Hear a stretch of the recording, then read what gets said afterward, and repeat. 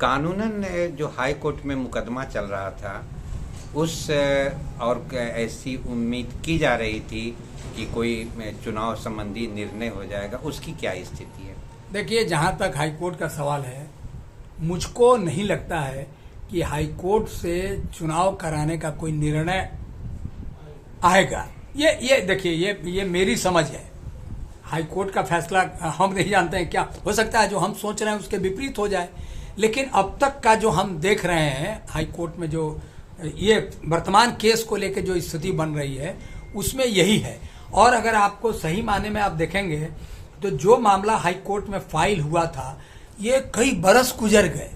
वो बेचारे जो जिन्होंने रीट फाइल किया था वो रिटायर कर गए।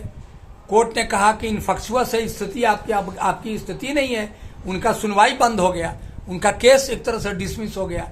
तो आज के दिन में क्या उम्मीद कर सकते हैं कि हाई कोर्ट से कोई फैसला आएगा? और क्यों हाई कोर्ट के इंतजार में हम रहेंगे? भाई, हाई कोर्ट में कोई मामला इस तरह का नहीं है कि हम चुनाव नहीं करा सकते हैं। अगर ऐसा मामला होता तो ये पेंडेंसी के दौरान शमसी जी ने ही कहा कि मैंने चुनाव करा लिया।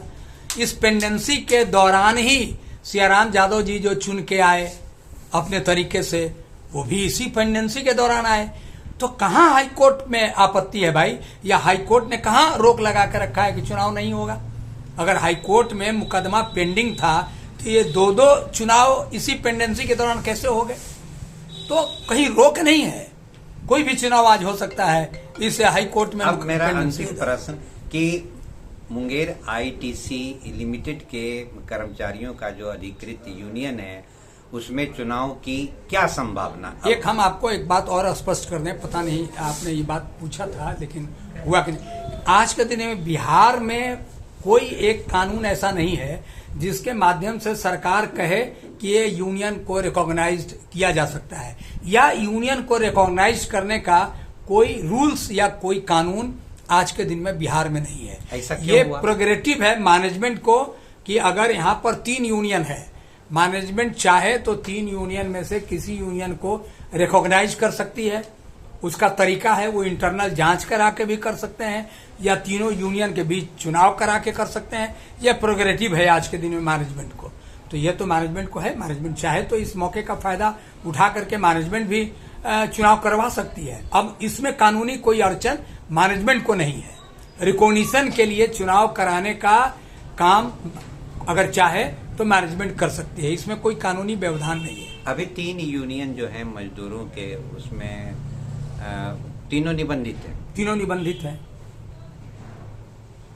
तो मजदूर तीनों का स्टेटस अभी एक है।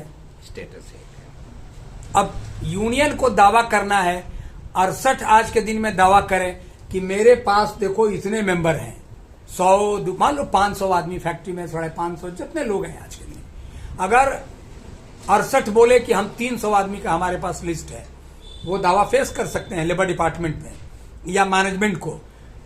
उसी तरह से 40-23 कोई दावा कर सकती है कि हमारे पास तो 350 हैं।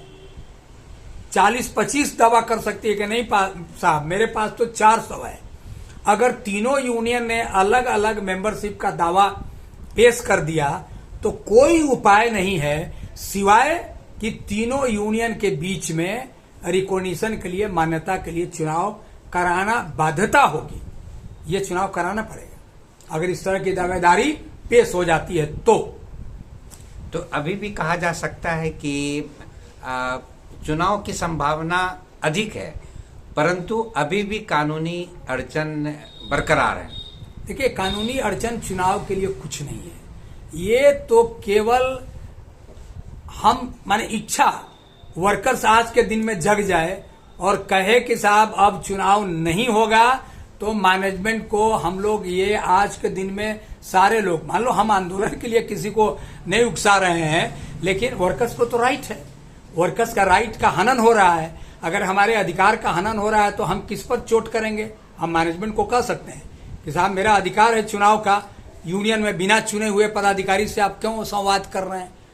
या आज के दिन में वर्कर्स लिख करके लेबर डिपार्टमेंट को, कमिश्नर को लिख के देता है कि साहब मैं मेरे यूनियन में चुनाव नहीं हो रहा है, हम किसी को मानेंगे तब जब चुनाव होगा। तो देखिए, वर्कर्स का ताकत आज के दिन में सबसे ज्यादा है चुनाव के मामले में, नंबर 1। लेकिन प्रोग्रेसिव आज के दिन में मैनेजमेंट को भी है, 3 यूनियन का फायदा उनको मिल रहा है।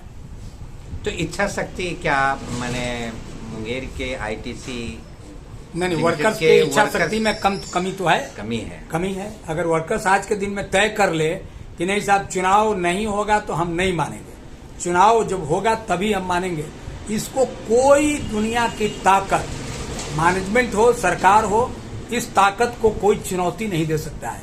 अगर वर्कर्स आज के दिन में खड़ा हो जाए तो वर्कर्स पावर है, इसको कोई चुनौती नहीं दे सकता। आप वर्कर्स को क्या संदेश मेरे चैनल के माध्यम से आपके चैनल के माध्यम से हम वर्कर्स को देते हैं कि आपको निराश होने की जरूरत नहीं है, ताकत आपके हाथ में है, आप जिसको चाहेंगे वही आपका नेता बनेगा।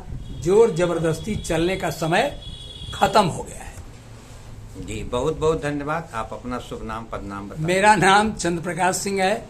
मैं Indian national trade union Congress का प्रदेश का अध्यक्ष हूं और आईटीसी जो 68 यूनियन जिसकी आप बात कर रहे हैं, इसका पूर्व निर्वाचित अध्यक्ष रह चुका हूं। जी बहुत बहुत धन्यवाद।